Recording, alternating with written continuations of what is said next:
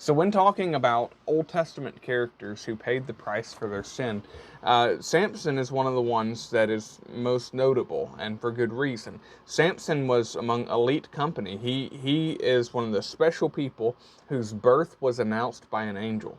I mean, you think about Samson, you've got John the Baptist, you've got Jesus. I'm sure there are others that I'm just not thinking of off the top of my head, but like that's some pretty elite company. And so Samson was separated, sanctified unto God from his birth, and he was supposed to be a Nazarite. That required a few things.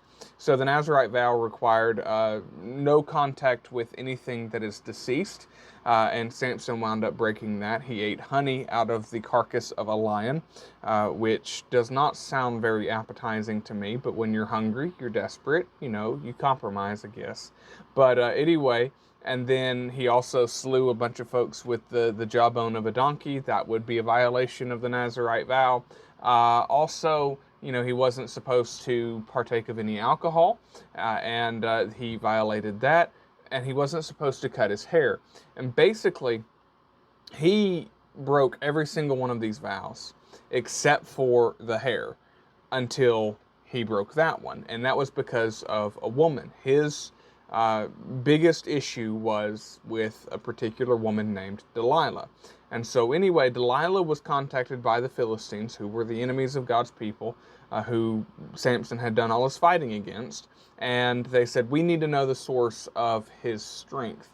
And so she connived and sweet-talked her way into getting Samson to tell her what the source of his power was. The source of his power actually was the Lord.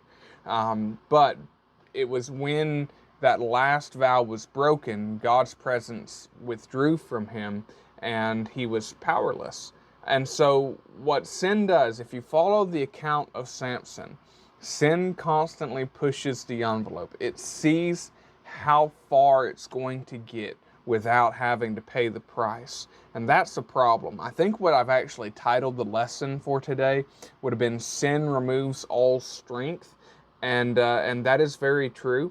But sin will push, it will compromise until you don't even realize it. But the presence of the Lord and the power that was once on you is completely gone. Sin will render you foolish and weak and useless in the kingdom of God and in His work. So watch out.